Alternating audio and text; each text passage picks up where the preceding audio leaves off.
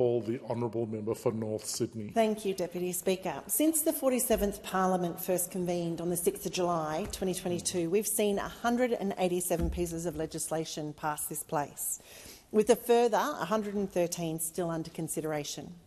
This means that in 18 months, over 300 pieces of legislation have been considered here at the federal level. On behalf of my community of North Sydney, every piece has been critically reviewed, looking not just at what is said, but trying to understand what is the problem the legislation is trying to solve and how is its effectiveness going to be measured.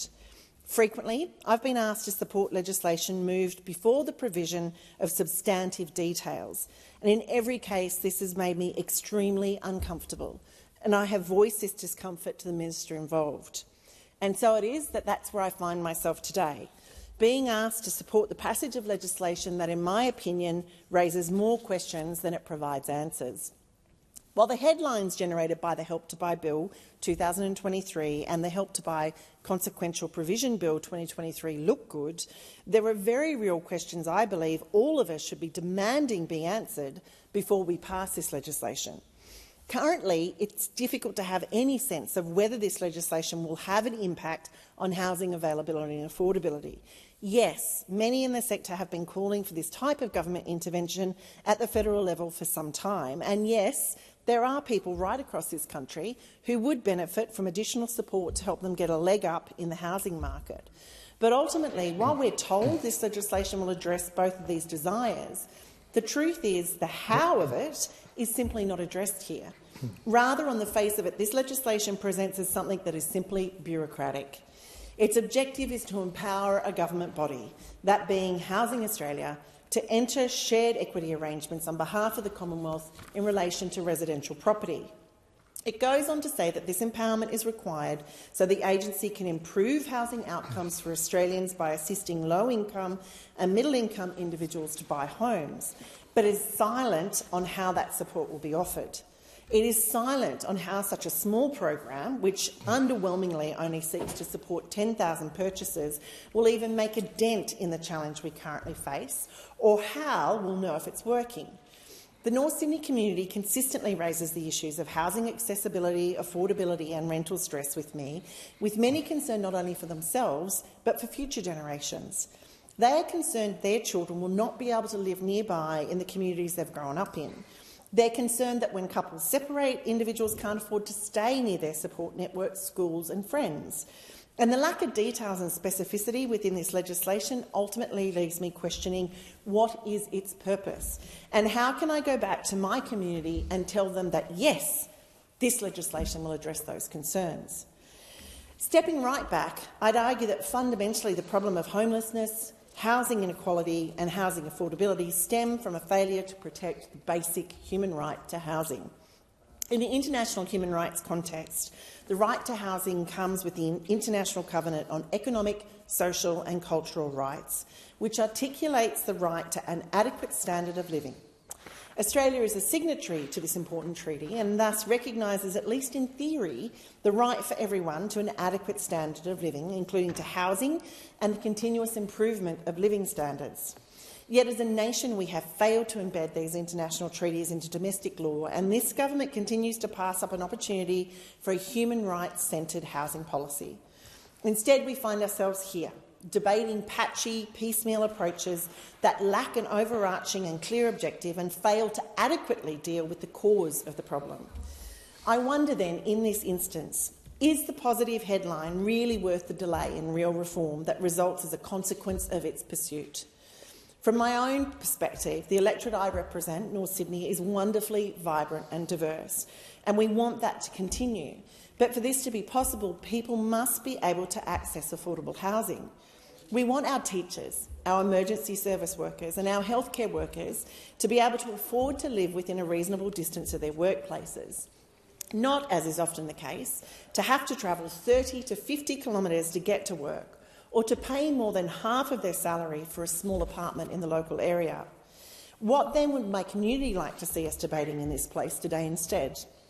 Well, in October last year, we undertook to address the issue of housing affordability through a process of deliberative and participative democracy. After inviting 5,000 randomly selected but demographically representative constituents to participate in a one-day community forum on housing, 30 individuals were selected to form a diverse and representative group.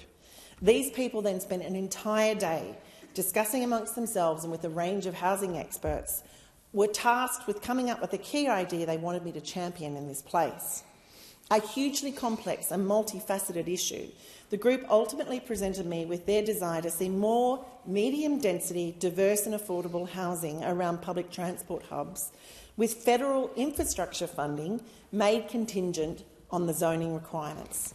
They saw this as a way through what is an issue that has been building for years. Low interest rates, migration, property investment and other drivers have pushed home prices to record heights, locking a growing number of Australians out of home ownership, particularly younger, poorer Australians and those that have lost their family home following a separation. Indeed, research by the Australian Housing and Urban Research Institute released last week shows just how broken our housing system is, with the ability to buy a property becoming increasingly out of reach in Australia and the proportion of higher income earners that rent growing. In our case, 40% of the people who live in North Sydney rent, and they rent for longer than they ever have. This shouldn't be a surprise, as even back in 2021, the census told us that ownership rates were dropping, with 67% of people owning a home in 2021 compared to 70% in 2006. Back in 1971, two-thirds of 30 to 34-year-olds owned their own home, yet by 2021 that had dropped to 50%. For Australians aged 25 to 29, the difference was similar. 50% of them owned their own home in 1971, while only 36% owned their own home in 2021. Home ownership rates have also gradually decreased among people nearing retirement. And since 1996, home ownership rates for those between the ages of 50 and 54 has fallen from 80% to 72% over 25 years. At this point in time, then, I think it's worth noting there are already a number of government programs that offer support for first-time home buyers, low-income households, Indigenous Australians and vulnerable people, with the four main types of support being the Home Purchase Assistance, First Home Owner Grant Scheme, First Home Super Saver Scheme and the Home Guarantee Scheme. In fact, in the 2020-21 year, around 44,200 instances of home purchases assistance was provided across Australia.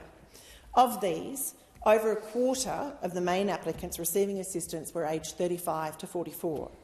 About a fifth of the recipients earned a gross income less than $700 per week. More than half were in major cities, with a quarter in inner regional areas and 1 in 10 in outer regional areas. Only a very small proportion were in remote or very remote areas. At the same time, lending commitments to owner-occupiers, first-time home buyers, increased from 81,650 commitments in the 12 months to May 2017 to 138,400 commitments in the 12 months to May 2022. So with so much movement around what is commonly known as the Great Australian Dream, that being to own your own home, as a parliament, I can't help but think that we need to ask ourselves the really hard question, which is home ownership really what we want to continue to set as the ultimate goal of our nation? Or is it time that as a parliament we bravely lead a discussion around what constitutes a home and how people can have the security of one without necessarily needing to own it or bear the burden of massive debt to keep it? Ultimately, a Help to Buy program such as this one is one of several short-term demand-side initiatives that the government has at its disposal to assist those in our community hoping to make the Great Australian Dream a reality. It is, in general, a more cost-effective measure than other types of first home buyer assistances, as the government recoups its investment, and it contributes less to house price inflation as the homeowner has less capital to apply to their next home purchase once the government recoups its equity stake. But after many decades of neglect, this sort of short-term relief does not provide what we ultimately need, which is longer-term real reform. The fact many of the key components of the Help to Buy scheme are found only in the explanatory memorandum, with the program details to be set in non-disallowable program directions rather than primary legislation, is particularly concerning for me. Many of the details of this program, including the upper limit of the Commonwealth contribution and the minimum deposit requirements will be in the program directions, which is proposed to be a legislative instrument not subject to disallowance and is exempt from sunsetting. This leaves several questions unanswered, including why is the program being designed with a 4-year tenure rather than making allowance for the possibility of a reinvested revolving fund? What is the economic return to the government? Is the government relying solely on capital gain? Is it also exposed to loss? How is a return recouped if a loan is paid off before the property is sold? Does the cost base change with any future capital investment by the purchaser through property renovation?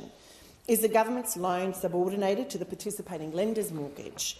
If an owner chooses to purchase a larger stake in their property, how will the value of that share be calculated? What are the assessment criteria and measurement of success vis-a-vis other home ownership support initiatives? And perhaps most crucially, what is the process for allocating or awarding program places, given the number of qualifying applicants are certain to far exceed the number of investments made each year? While I acknowledge it is argued the limited scope of the program mitigates against the potential for it to significantly impact house prices, I am concerned that with only 10,000 places available each year, when over 700,000 homes currently change hand each year, the process by which applicants are assessed and selected is currently opaque. Surely it cannot be the case that this government is asking this parliament to greenlight a piece of legislation that would see the government invest over $300 million over 4 years with no obligation to agree how that money is to be distributed. If this reform is important enough to do, it deserves to be done well. Australians deserve more than a headline. Notably, given its lack of specificity or targeting, the proposed scheme would seem to bring little benefit to the people in my community. It doesn't appear to be targeted towards essential workers needing to live closer to their jobs, nor does it seem to be targeted towards young people who wish to live near their families where they grew up, and it definitely doesn't seem to be geared towards offering support for women over 55 who are rapidly becoming the highest risk population for homelessness in our community. With median prices in my electorate in 2022 of $3.4 million for a house and $1 million for a unit, the proposed state cap on dwelling purchase prices for New South Wales cities of $950,000 will limit participation for those who wish to live in North Sydney to units. Ultimately, Australia's housing system is desperately in need of long-term reform. Sugar hits and band-aid solutions and glamorous headlines alone won't cut it. The government's National Housing and Homelessness Plan was supposed to lead long-term reform. It was meant to provide coherence to the initiatives delivered since the 2022 election, to coordinate activities across all levels of government and, more importantly, to provide a roadmap for the much wider housing reforms that Australia badly needs. Yet the narrow remit of the National Housing and Homelessness Plan issues paper, which was published in August last year, leaves many, including myself, concerned the plan will not achieve its aspirations and ultimately fail to deliver the fundamental change needed to fix the housing crisis. Specifically, the lack of overarching goals and objectives, the lack of consideration of policy areas relevant to housing, including migration, the settlement policy, income support, financial regulation and tax, and the lack of any clear recognition that the housing system status quo is in need of fundamental change, all mean, as we stand here today and are asked to pass this legislation, we're asked to do so in a bubble of hope rather than the pursuit of tangible change in course. So while I can acknowledge there is appetite for a scheme such as this, and that this may be a small step towards helping more Australians into home ownership, we need much more ambitious reforms to address the fundamental and enduring housing problems that have been escalating in this country for decades. We need to move beyond headlines and towards true reform. Thank you.